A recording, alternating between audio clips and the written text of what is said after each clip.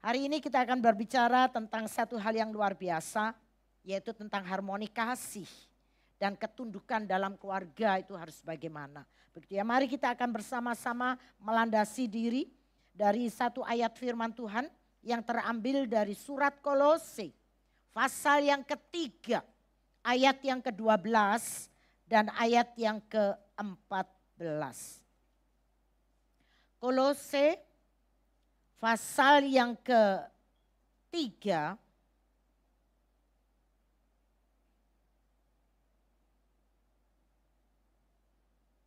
ayat yang ke-12, firman Tuhan berbunyi demikian. Karena itu, sebagai orang-orang pilihan Allah yang dikuduskan dan dikasihinya, kenakanlah belas kasihan, kemurahan, kerendahan hati, kelemah lembutan, dan kesabaran.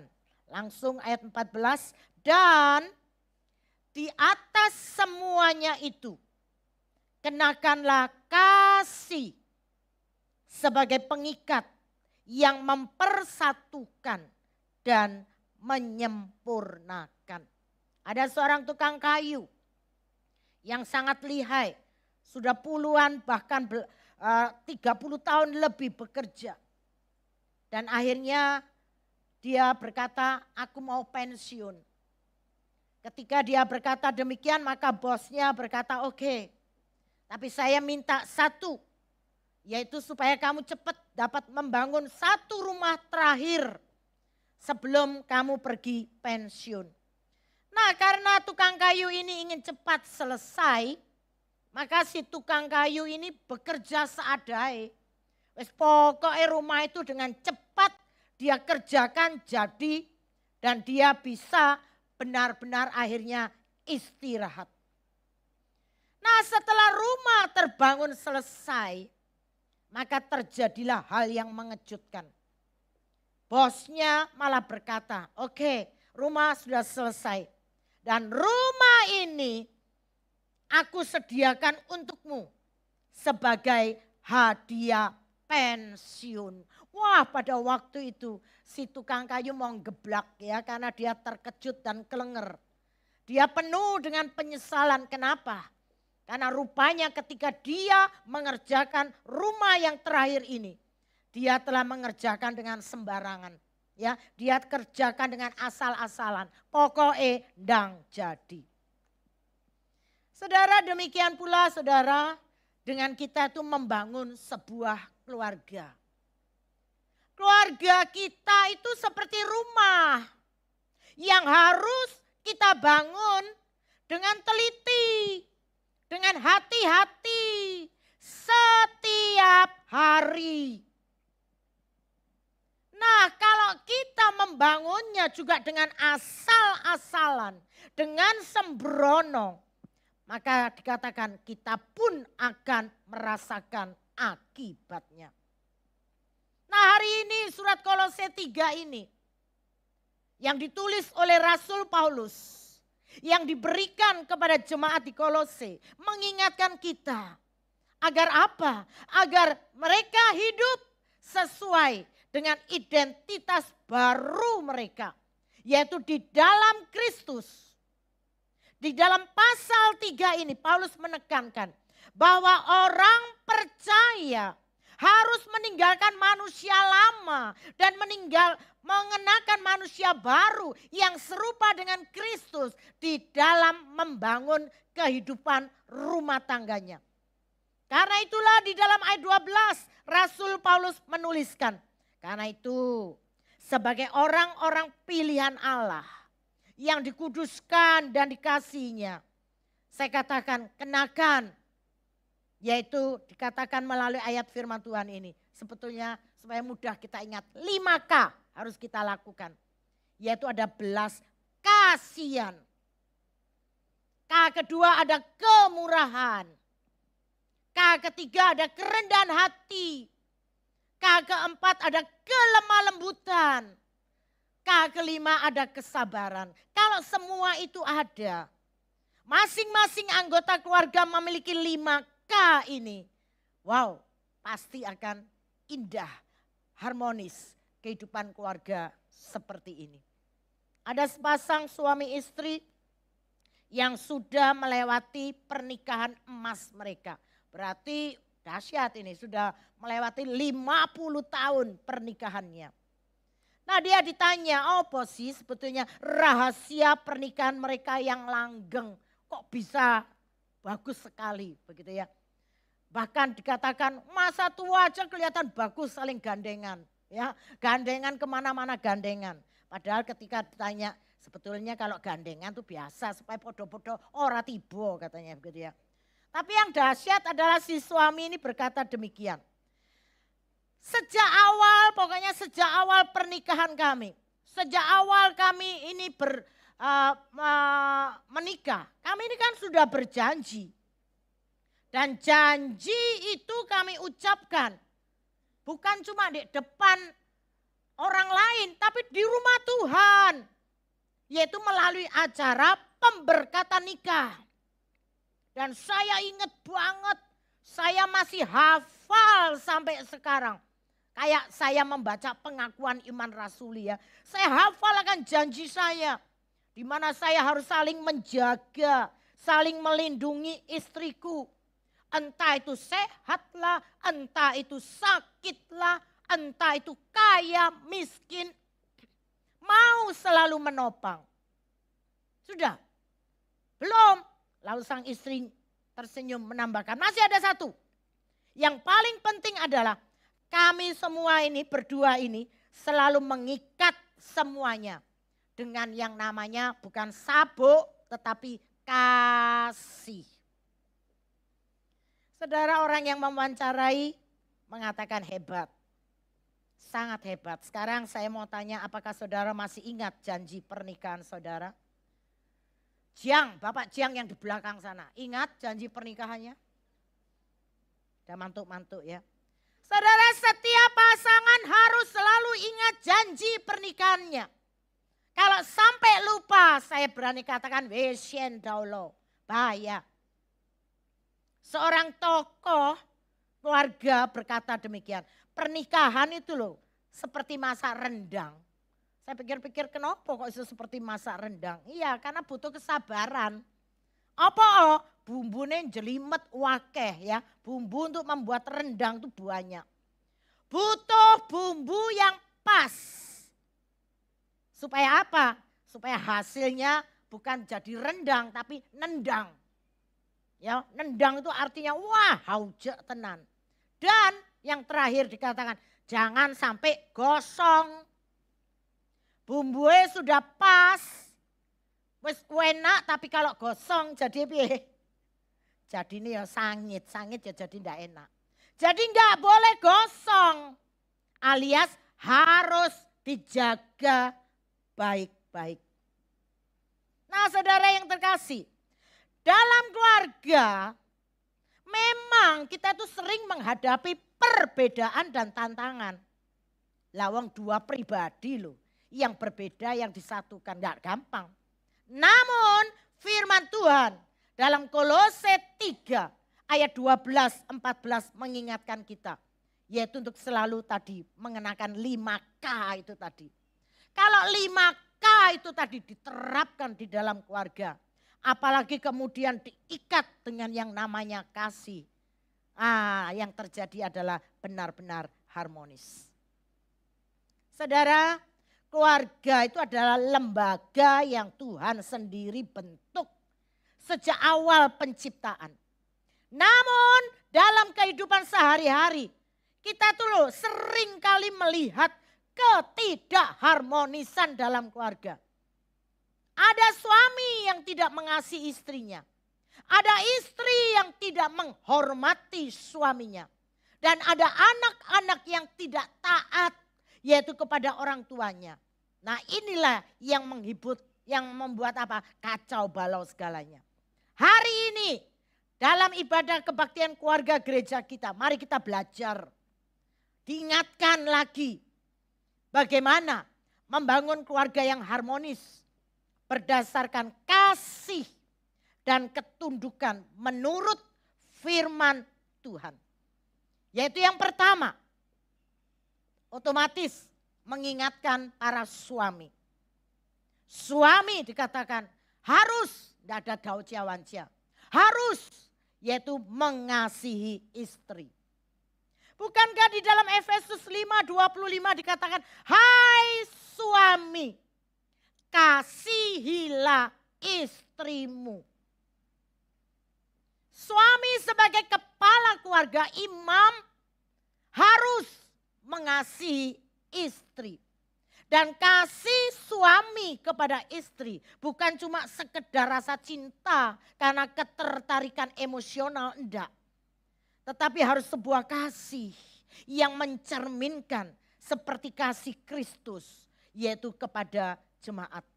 Itulah sebabnya Paulus di dalam Efesus 5:25 memberikan standar yang sangat tinggi bagi suami. Yaitu apa? Kasih seorang suami itu harus merupakan kasih yang rela berkorban. Wah ini ya. Suami-suami bilang, yo aku mengasihi bojoku, istriku. Tapi kasihnya harus kasih yang rela berkorban. Artinya apa? Artinya di dalam hal ini dikatakan seperti Kolose 3:12. Kenakan. Apa kenakan? Kenakanlah. Yaitu apa? Hal itu tadi, 5K itu tadi. Namanya kenakan, itu gak bisa ditawar-tawar. Kayak apa? Loh, kenakan bajumu. Masa kita ndak akan pakai baju? Pakai, ya itulah namanya kenakan. Kenakan itu apa? Yaitu terapkan 5K itu tadi.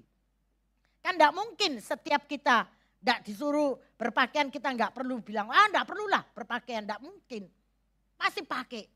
Jadi hukumnya wajib. Jadi seorang suami harus sengaja. Sengaja apa? Mengenakan. Mengenakan apa? 5K tadi. Yaitu untuk selalu bersikap satu. Ada apa? Belas kasihan, K pertama. K kedua, penuh dengan kemurahan. K yang ketiga penuh dengan kerendahan hati. K yang keempat penuh dengan kelemah lembutan. Dan yang kelima, kesabaran.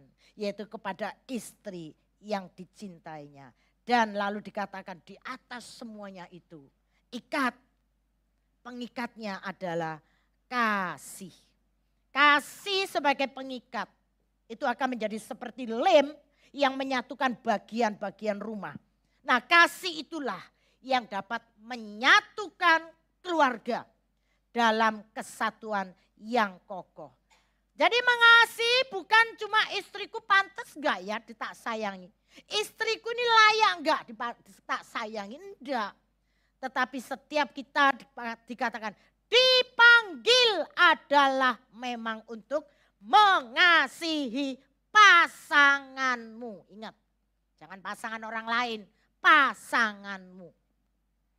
Nah, bukankah hal ini juga telah diteladankan oleh Allah kita? Kristus itu tidak hanya mengasihi jemaat dengan kata-kata atau omong doang. Tetapi benar-benar dengan tindakan nyata. Lihat aja Allah mengorbankan dirinya. Merawat kita, memimpin kita, menjaga kita sebagai umatnya. Nah begitu pula kasih suami terhadap istri. Suami harus mengasihi istrinya dengan apa? Itu tadi yang saya katakan, dengan kasih yang rela berkorban. Artinya apa? Relalah memberikan pokoknya yang terbaik. Bahkan kalau perlu bisa mengorbankan kenyamanan pribadinya.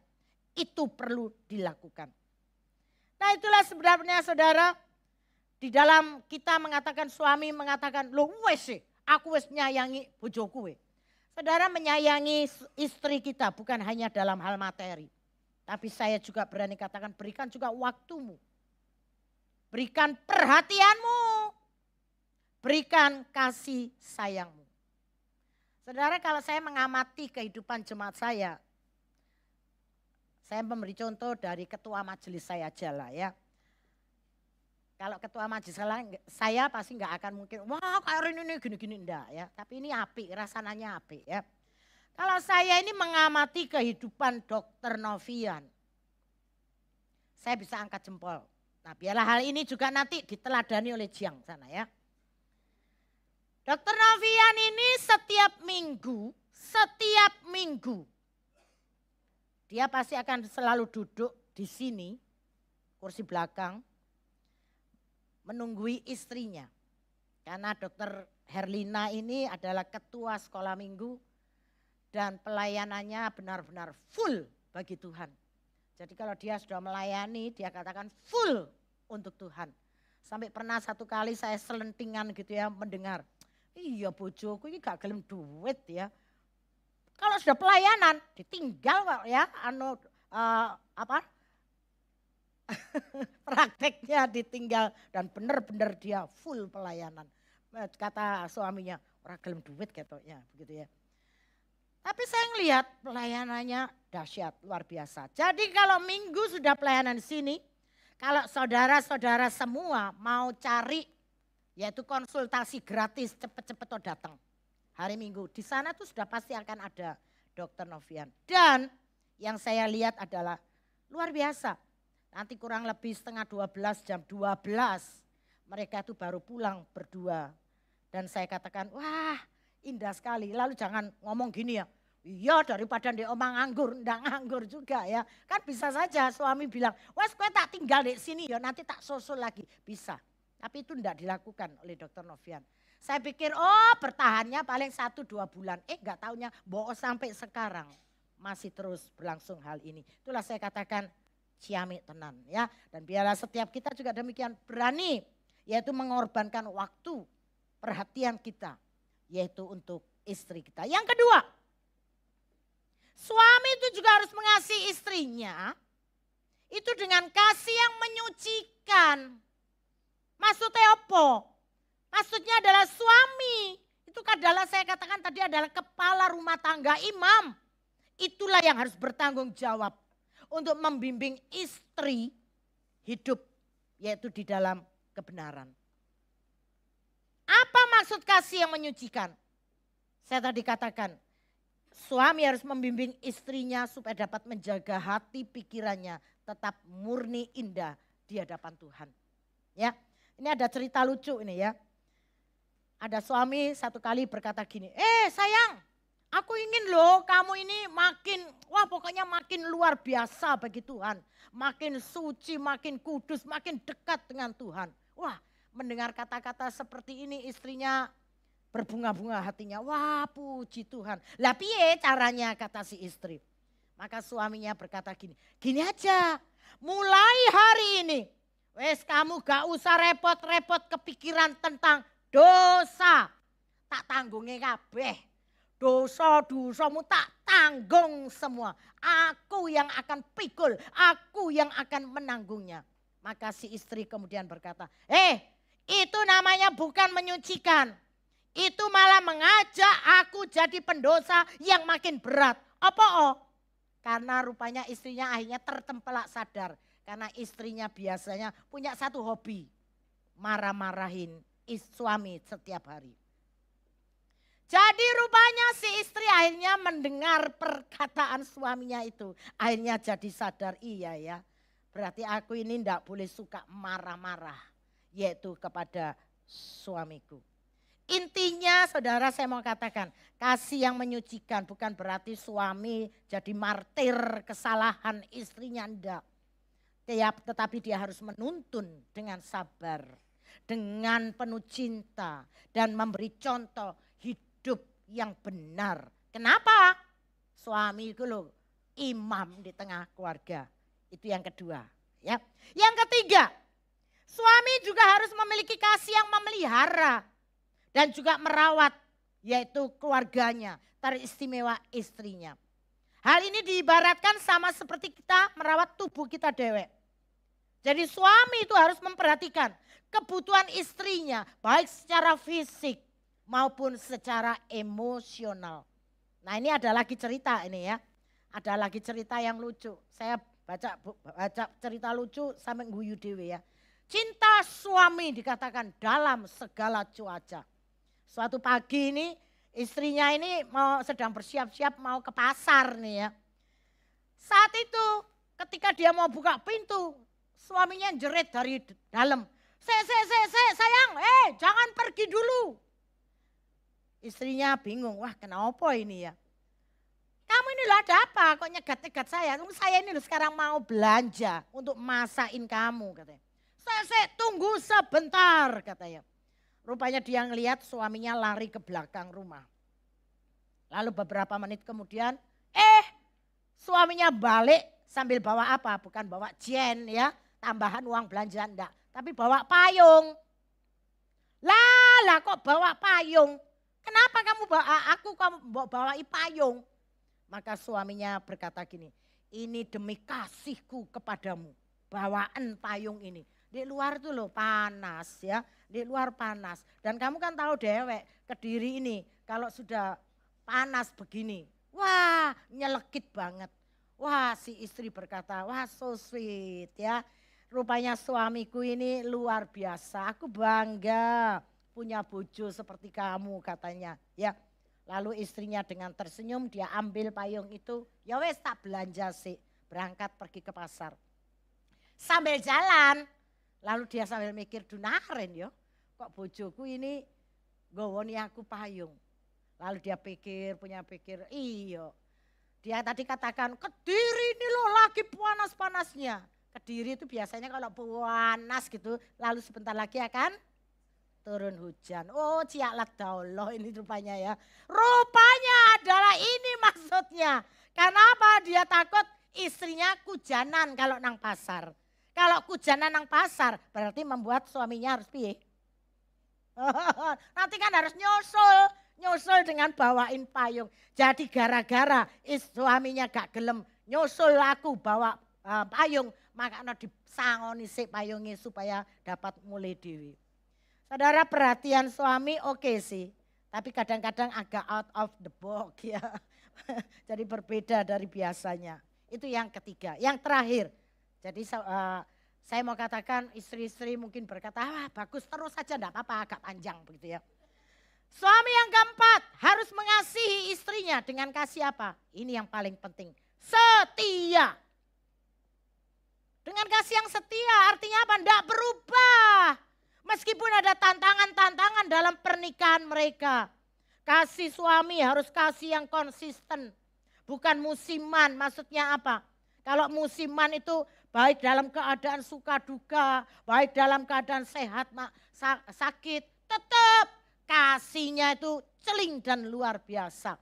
Kalau dulu selalu berkata ke Gunsun, sayangku, saiki ojo medit-medit ya, ngomong sayangku wis makan gong. Lah ini loh luar biasa. Ya, kasih yang setia itu apa? Tidak mudah berubah oleh situasi. Jadi jangan sampai terpengaruh oleh keadaan. Baik istrinya tampil cantik atau pas pakai daster bolong, pakai roll-rollan lagi. Begitu ya. Tetap, istriku engkau yang termanis. Lalu yang terakhir, kasih yang setia apa? Tetap melek istri setiap hari. Apa maksudnya? Maksudnya adalah suami harus tetap memilih istrinya. Bukan malah membanding-bandingke dengan wanita lain. Kasih sejati itu tidak mencari yang lain. Tapi tetap bersyukur dengan pasangan yang ada. Bisa ngerti ya? Jadi jangan bilang, lah piye wong dhisik istriku lancir, manis, cantik. Lah sekarang langsung semuanya. Ya. Jadi kesimpulannya, hai para suami, kasih yang setia dari suami adalah kasih yang konsisten ya, tidak berubah seiring waktu. Yang kedua, tidak bergantung situasi, tetap mencintai dalam suka dan duka. Lalu tetap ingat, selalu memilih istri, tidak mencari pengganti. Ini penting. Nah sekarang gantian.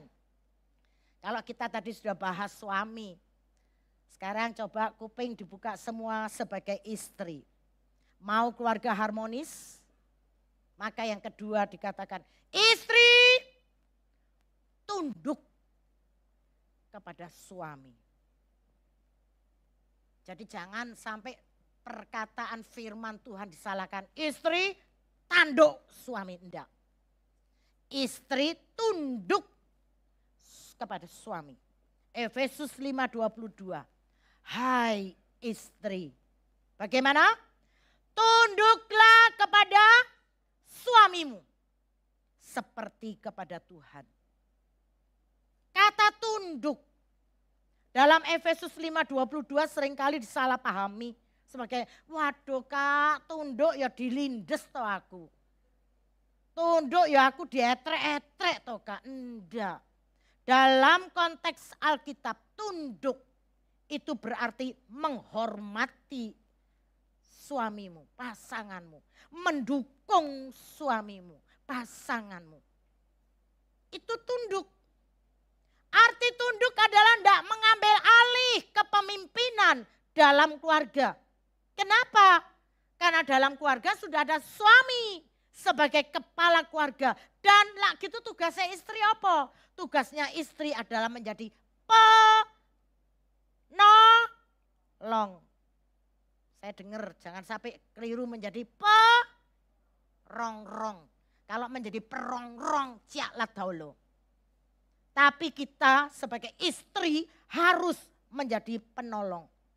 Ada satu cerita yang luar biasa. Yang membandingkan. Apa sih tugas suami dan istri? Itu seperti pilot dan kopilot. Bayangkan sebuah pesawat kalau sedang terbang. Di dalam kokpit itu ada seorang pilot dan seorang kopilot. Keduanya sama-sama penting. Tetapi pilot itu memiliki tanggung jawab utama untuk memimpin penerbangan. Sementara kopilotnya ngapain? Membantu dan bekerja sama agar perjalanan berjalan dengan aman dan lancar. Nah sekarang coba bayangkan. Kalau kopilot menolak arahan pilot dan mau mengambil kendali sendiri. Apa yang akan terjadi? Kita bisa bayangkan ya, yang terjadi adalah kekacauan. Bukan cuma kekacauan, bisa-bisa pesawatnya juga bahkan bisa melenggak-lenggok ya. Seperti tadi dikatakan oleh liturgos kita. Biarlah kita mengikuti tuntutan aturan daripada Tuhan. Supaya kita tidak belok ke samping kanan dan samping kiri. Tapi mengikuti tuntunan Tuhan. Demikian pula di dalam kehidupan keluarga. Suami adalah pilot. Bukan bolpen pilot. Pilot. Dan istri adalah kopilot. Ketika istri tunduk kepada suami dalam kasih. Maka ia bukan hanya membantu suami memimpin keluarga dengan baik. Tetapi juga memastikan bahwa keluarga berjalan dengan wah indah sekali. Sesuai dengan kehendak Tuhan. Jadi saya mau ingatkan. Ketundukan bukan kelemahan. Tetapi merupakan peran penting dalam mendukung kepemimpinan suami. Seperti kopilot yang bekerja sama dengan pilot, maka istri yang tunduk dengan kasih itu akan membantu keluarga mencapai tujuan yang Tuhan rancang di tengah-tengah keluargamu. Saudara, kalau saya membaca Alkitab saya itu sangat salut yaitu dengan keluarga daripada Priscilla dan Aquila. Priscilla ini adalah istri yang tunduk kepada suaminya. Aquila bukan dalam arti pasif, tetapi dalam arti selalu mendukung kepemimpinan suaminya di dalam Tuhan. Mereka bekerja sama sebagai pembuat tenda. Mereka melayani Tuhan bersama-sama. Bahkan bisa membimbing, yaitu Apolos di dalam pemahaman firman Tuhan. Luar biasa. Sehingga kehidupan harmoni dalam hubungan mereka juga terjalin indah. Keluarga mereka juga menjadi teladan dalam pelayanan dan juga menjadi berkat bagi gereja mula-mula pada waktu itu. Saya katakan keluarga demikian sangat luar biasa. Jadi ketika istri tunduk kepada suami yang juga hidup dalam kehendak Tuhan, saya berani pastikan keluarga akan menjadi kuat, penuh damai, dan pasti akan berdampak yang luar biasa bagi orang lain. Jadi kesimpulannya ketundukan istri bukan karena paksaan ya. Tetapi sebagai wujud ketaatan juga yaitu kepada Tuhan. Ketundukan saya katakan bukan berarti istri tidak punya pendapat. Tetapi menunjukkan sikap hormat dan mau kerjasama yaitu dengan suaminya. Karena itu ketika istri tunduk dengan kasih dan suami juga mengasihi istri seperti Kristus mengasihi jemaat, saya jamin istri akan sumringah dan cantik tiap-tiap hari. Ya, saudara kalau ngomong soal cantik, gak ada istri yang gak mau cantik, bener? Ci Syok Jing mau menjadi istri yang cantik? Oh selalu, ya sangat. Semua wanita saya katakan pasti ingin menjadi cantik kok. Ya saya tuh ingat ketika di tengah-tengah keluarga duka yang saat ini ya, keluarganya Ko Akian, Ko Chin Wei lah, Cik Lan Ing lah, tinggal mama. Meskipun usianya 96 tahun, wah bagi kita mengatakan cukup. Tapi bagi orang yang sangat cinta, gak cukup. Begitu ya, cukup masihan. Saya masih tetap ingin mencintai mamaku sedemikian rupa.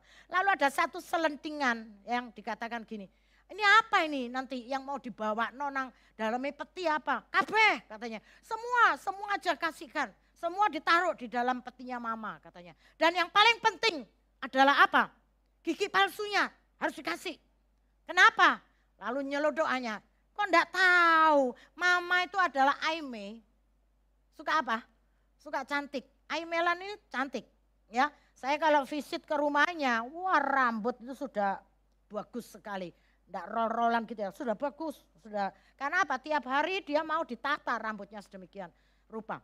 Dan dia sudah necis, sudah duduk mengikuti perjamuan kudus seperti itu ya. Aime. Dan saya juga berani katakan semua wanita juga aime. Ingin cantik. Nah bicara tentang ingin cantik. Ada seorang anak mendekati mamanya. Lalu berkata, Mama hari ini Mama sangat cantik. Mamanya kaget. Kok anaknya tiba-tiba mengatakan, hari ini Mama sangat cantik. Ketika tanya, apakah karena bajunya Mama pas? Apa karena Mama rambutnya kemarin sudah tak cukur, tak gunting jadi indah? Enggak. Mama hari ini cantik karena Mama tidak marah-marah hari ini. Saudara, orang yang mendengar celoteh si bocah ikut tertawa. Ya kayak kalian. Kenapa? Karena mereka jadi tahu, rupanya untuk memiliki kecantikan gampang, gak mesti harus ke salon. Hanya perlu apa? Tidak marah-marah.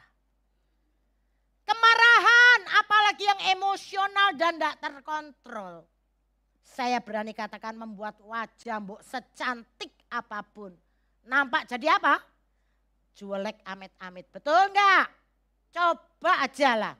Kalau kita ini lagi ngamuk cepet-cepet ngoco. Pasti kita akan melihat, wih kok medeni ya sopo ya di dalam kaca itu. Karena itulah saudara, pernah ya satu kali satu perusahaan di Amrik itu mengundang. Pokoknya semua yang merasa dirinya cantik nanti akan menjadi satu hal yang bisa menjadi promosi. Ini loh cantik yang sesungguhnya. Wah akhirnya banyak foto-foto dikirim gitu ya. Wah cantik-cantik wanitanya ya. Cantik-cantik. Tapi kemudian ada seorang anak muda mengirim yaitu wajah seorang ibu setengah baya. Rambutnya juga sudah tidak matching ya karena apa? Dimakan usia lah ya. Rambutnya sudah menipis dan macam-macam, wajahnya keriput, giginya ya ompong. Tapi apa? Ibu ini sedang tersenyum lebar. Pengirimnya adalah seorang bocah laki-laki. Lalu ditanya, kok sampean mengirim wajah ibu setengah baya, kok bukan wajah seorang artis lah, aktor Korea lah dan macam-macam. Lalu anak itu menjawab begini, ibu ini sangat cantik. Karena apa? Baik dan ramah. Di mata bocah laki-laki itu, ibu inilah wanita tercantik se-Amerika Serikat karena bisa tersenyum selalu di dalam kehidupannya. Saudara, saya katakan pilihan anak ini sebetulnya tidak salah. Jangan kaget, ternyata Tuhan yang kita sembah juga memiliki pandangan seperti bocil tadi. Tidak percaya? Coba baca firman Tuhan dalam 1 Samuel 16 ayat 7. Di sana dikatakan bagaimana? Dikatakan, tetapi berfirmanlah Tuhan kepada Samuel, janganlah pandang parasnya atau perawakannya yang tinggi atau enggak, sebab aku telah menolaknya. Bukan yang dilihat manusia, yang dilihat Allah. Kenapa? Karena manusia melihat apa yang di depan mata, tetapi Tuhan melihat hati. Jadi, jadilah sekarang ini mari menjadi istri yang mendukung dan melayani suami dengan hati. Bukan dengan belati. Ingat ya, podo, layani, dukung istri suamimu dengan hati, bukan dengan belati. Dan satu resep tentang cantik, gampang. Gak usah ngetokno duit untuk pergi ke salon. Yaitu tidak suka, mau cantik, senyumlah selalu. Yang terakhir, yang ketiga, dikatakan anak-anak. Anak-anak juga harus taat dan hormat, yaitu kepada orang tua. Di dalam Efesus 6 ayat 1 sampai 2 dikatakan, anak bagaimanapun juga engkau harus taat dan hormat kepada orang tua. Saya tidak usah jelaskan panjang lebar. Gampang banget untuk dimengerti. Hai anak-anak, engkau sebagai anak pada saat ini. Cuma satu, kalau engkau mau mendukung kehidupan keluargamu dengan harmonis. Taat dan hormat, yaitu kepada orang tuamu. Saudara, saya ini senang kalau pagi itu jalan-jalan ke daerah belakang ya, sampai ke belakang. Di daerah belakang sana itu ada sekolahan, banyak sekolah negeri. Dan yang menarik, yang saya perhatikan, biarpun saya jalan ke sana, ada SMPN ya, SMP negeri ya. Saya tuh selalu melihat, waduh indah sekali. Kalau anak diantar oleh orang tuanya, naik sepeda motor turun, yang dilakukan mereka apa? Bukan melayu, wrrr gitu enggak. Kalau saya ngelihat anak-anak diantar, wrrr melayu, itu anak-anak Petra. Jadi nanti ketuanya Petra ini menjaga anak-anaknya sedemikian rupa. Tapi kalau di sekolah negeri enggak, anak-anak pasti akan ambil tangan orang tuanya. Lalu cium tangan. Saya ketika ngelihat, saya yang ngelihat aja, oh luar biasa sekali. Lalu saya penasaran, oh ya orang-orang ini kalau anaknya diantar, anaknya aduh bisa cium tangan daripada orang tuanya. Lalu saya ngelihat, oh rupanya secara spiritual mencium tangan orang tua itu dianggap sebagai cara untuk mendapatkan berkah dari Allah. Mereka minta doa dan restu dari orang tuanya sebelum memulai hari ini. Itulah sebabnya ketika anak mencium tangan, saya selalu dengar, ya nak sekolah sing pinter ya nak. Wih luar biasa sekali. Mari hai anak-anak, jaga hidupmu. Firman Tuhan tandaskan anak-anak taat dan hormati orang tuamu. Kalau engkau mau melakukan hal itu, jaminannya berbahagia dan sukseslah hidupmu. Sekali lagi anak-anak, hari ini banyak anak-anak taat dan hormat kepada orang tua. Nah kalau orang tua hidup dalam harmoni, saya juga mau katakan ini yang akan dipandang oleh anak-anak. Sehingga anak-anak juga akan belajar dalam hubungan orang tua mereka. Di dalam membangun keluarga. Itu nanti yang akan ditiru sampai selama-lamanya. Jadi ingat saudara-saudara, keluarga yang harmonis bukan hasil usaha manusia semata. Tetapi karena ketaatan kepada firman Tuhan. Karena semua pertanyaan tuh hari ini yang perlu kita renungkan. Yaitu yang pertama, hai suami, sudah mengasihi istrimu seperti Kristus mengasihi jemaat. Dan yang kedua, hai istri, sudah tunduk kepada suamimu dengan kasih. Dan sudahkah engkau memiliki pesona kecantikan tiap-tiap hari. Yaitu jauhkan diri dari suka marah-marah. Dan yang ketiga, hai anak-anak, sudahkah engkau hidup taat dan menghormati orang tuamu? Saya sangat senang sekali dengan lagu tadi, keluarga. Keluarga akan bahagia kalau benar-benar kita menerapkan firman Tuhan. Dan memerankan peranan kita masing-masing di tengah-tengah kehidupan keluarga. Saya selalu berdoa, Tuhan memberkati keluarga kita semuanya. Sehingga keluarga kita tetap berada di dalam ketundukan, berkat yang daripada Allah. Biarlah ini menjadi berkat kekuatan bagi kita semua. Amin.